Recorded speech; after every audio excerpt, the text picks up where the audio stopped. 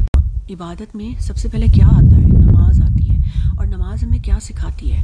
نماز ہمیں عاجزی، انکساری، خشوع خضوع کا اظہار کرنا سکھاتی ہے. اور اگر ہماری نمازیں ایسی ہوں جس میں ہمیں پتہ ہو کہ اللہ تعالیٰ ہمیں دیکھ رہے ہیں اور ہمیں یہ پتہ ہو کہ ہم کس ہستی کے سامنے کھڑے ہیں اور اس کی کیا بڑائی بیان کر رہے ہیں، ایک ایک ورڈ قیام میں، رکوع میں، سجدے میں جو بھی ہم بولتے ہیں ہمیں پتہ چل رہا ہو کہ ہم کیا بول رہے ہیں، تو سبحان اللہ نماز کا لطف ہی کتنا الگ ہوگا اور کیا روح ہوگی اس نماز کی، کیا فوکس اور کیا خشوع ہوگا اس نماز میں. اور اگر ہم غور کریں نماز کی ٹرانسلیشن پہ، ان ورڈز پہ، تو ہمیں پتہ چلے گا کہ سبحان اللہ اتنا خوبصورت گفٹ ہے جو اللہ تعالیٰ نے ہمیں نماز کی صورت میں دیا ہے. اور ہم دن میں 5 بار کس خوبصورتی سے اللہ سے کلام کر رہے ہوتے ہیں، کیا خوبصورت ورڈز ہم بول رہے ہوتے ہیں. جیسے میں ایک مثال دوں کہ ہم تشہد میں جب بیٹھتے ہیں تو اس میں ہم کیا پڑھتے ہیں؟ التحیات للہ والصلوات والطیبات. جب یہ ہم ورڈ بول رہے ہیں تو ہم کیا بول رہے ہیں؟ سبحان اللہ، ان ورڈز میں ہم عبادت جو ہے اس کی 3 جو ٹائپس ہیں اس کا اقرار کر رہے ہیں اللہ کے سامنے. اور وہ 3 ٹائپس کیا ہیں کہ ہم کیا کہہ رہے ہیں کہ یا اللہ میری ساری قلبی، میری ساری بدنی، میری ساری مالی عبادتیں تیرے لیے ہیں. یعنی سبحان اللہ یہ جو پورا ورڈ ہے یہ peak of sincerity and purity کا اظہار کر رہے ہیں اللہ کے سامنے. اور قلبی عبادتوں میں کیا آ جاتا ہے کہ توکل صرف اللہ کے لیے، خوف صرف اللہ کے لیے، امید صرف اللہ کے لیے، رجا، محبت، تذلل، خشوع صرف اللہ کے لیے.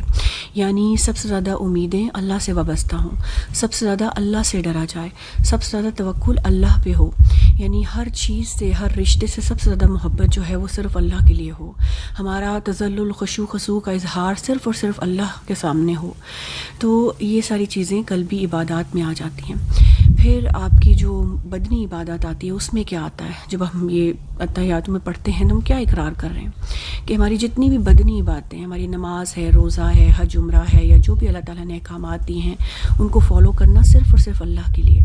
اور پھر آپ کی مالی عبادتیں، یعنی اس میں کیا آ جاتا ہے؟ آپ کی زکوٰۃ، آپ کی صدقات، خیرات، آپ کی جو بھی چیریٹی ہے، قربانی کرنا، آپ کا نذر و نیاز، یہ سب کچھ اللہ کے لیے. سبحان اللہ، جو شخص دن میں 5 بار شعوری طور پر یہ اقرار کرتا ہے اور اپنے لیے ریمائنڈر لیتا ہے کہ اس کی مالی، بدنی، قلبی باتیں صرف اور صرف اللہ کے لیے ہیں، تو کیا اس کی لائف میں کوئی چینج نہیں آئے گا؟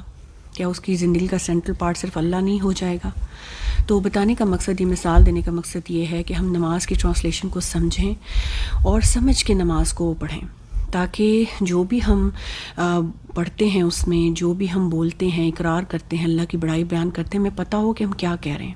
جو اس طرح سے نمازوں کو پڑھے گا تو یہ نماز اس کی زندگی کو بدل دے گی. Now let's come to the main topic for today, and it's all about our expectations. And خاص طور پہ ہمارے ریلیشن شپس میں جو ایک دوسرے سے ایکسپیکٹیشنس ہو جاتی ہیں اس پہ میں بات کروں گی، کیونکہ بعض اوقات بہت سی ایسی ایکسپیکٹیشنس ان ریئلسٹک قسم کی ہوتی ہیں جس کی وجہ سے بہت سا ڈیمیج ہو جاتا ہے. اگر سب سے پہلے ایکسپیکٹیشنس کو میں ڈیفائن کروں تو وہ یہ ہے کہ expectations are those list of things that we build up that tell us that how things should be. یعنی بعض اوقات ہم لوگوں سے ایکسپیکٹ کر لیتے ہیں کہ یہ میرا اس طرح سے کام کر دے گا، ہم یہ سوچ رہے ہوتے ہیں کہ یہ میرا وہ کام کر دے گا، یا یہ اس طرح سے میرے سے بیہیو کرے گا، یا اس کو وہ کرنا چاہیے، یا اس کو اس طرح سے کرنا چاہیے. تو ہم کسی سے ڈفرینٹ قسم کی تھاٹس رکھ لیتے ہیں کہ یہ اس طرح سے کرے گا. اور جب وہ نہیں کر پاتے جو وہ کام نہیں کر پاتے جس طرح سے ہم سوچ رہے ہوتے ہیں، تو پھر ہم فرسٹریٹ ہوتے ہیں، ناراض ہوتے ہیں یا کئی بار مایوس ہو جاتے ہیں۔ اب ایسا کیوں ہوتا ہے کہ ہم کیوں فرسٹریٹ ہو جاتے ہیں، کیوں ناراض ہو جاتے ہیں، کیوں مایوس ہو جاتے ہیں؟ اس کی وجہ یہ ہے کہ ہم لوگوں سے وہ ایکسپیکٹ کر رہے ہوتے ہیں جس کے وہ قابل نہیں ہوتے، جو وہ کر نہیں سکتے۔ جب انسان یہ سمجھ جائے گا نا کہ ہر انسان جو ہے وہ آپ کی ایکسپیکٹیشن سے پورا نہیں اتر سکتا، وہ کمزور ہے، تو آپ کی ساری پریشانیاں دور ہو جائیں گی، آپ کی ساری فرسٹریشن دور ہو جائے گی۔ جب انسان کا یہ عقیدہ ٹھیک ہو جائے گا نا کہ people are sinful creatures and they make mistakes and they will not meet your expectations all the time, تو یہ جب ٹھیک ہو جائے گا نا تو آپ کے سارے مسئلوں کا حل نکل آئے گا۔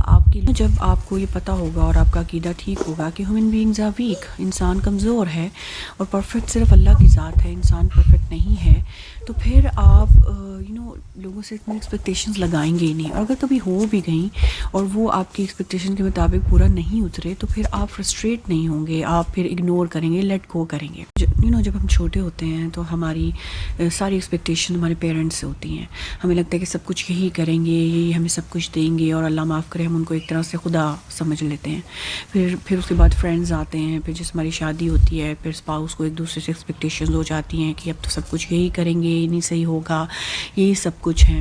تو سبحان اللہ، کسی کو سب کچھ سمجھ لینا اور یہ سمجھنا کہ اب سب کچھ یہ کریں گے یا سب کچھ ان سے ہوگا، سب کچھ کر سکتے ہیں، یا ہم جیسے چاہتے ہیں اب یہ ویسے ہی کریں گے، یہ سارا کچھ جو ہے نا یہ سب غلط ہے۔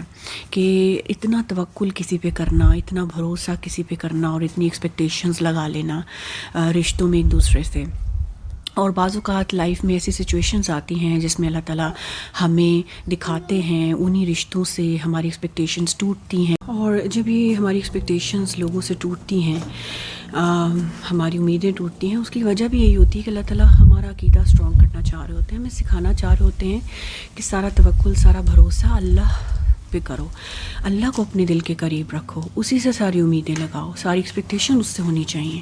اللہ تعالیٰ کے ہاتھ میں سب کچھ ہے، وہ سب کچھ کر سکتا ہے، اور جہاں تک انسانوں کا معاملہ ہے تو انسانوں کے پاس جو کچھ بھی ہے وہ لمیٹڈ ٹائم کے لیے ہے، لمیٹڈ کوانٹٹی میں ہے، اور ساری کی ساری کمزوریاں انسانوں کے ساتھ جڑی ہوئی ہیں، جبکہ اللہ کے ساتھ ایسا کچھ نہیں ہے۔ اللہ تعالیٰ ہر چیز کر سکتے ہیں، ہر وقت ہر جگہ ہمیں سنتے ہیں، تو انسانوں کو ان کی جگہ پر رکھیں اور اللہ تعالیٰ کو اس کا مقام دیں۔ انسانوں کو کمزور سمجھیں، پرفیکٹ نہیں ہو سکتے، اللہ کی ذات صرف اور صرف پرفیکٹ ہے، اللہ کی ذات ہی میں پرفیکشن ہے۔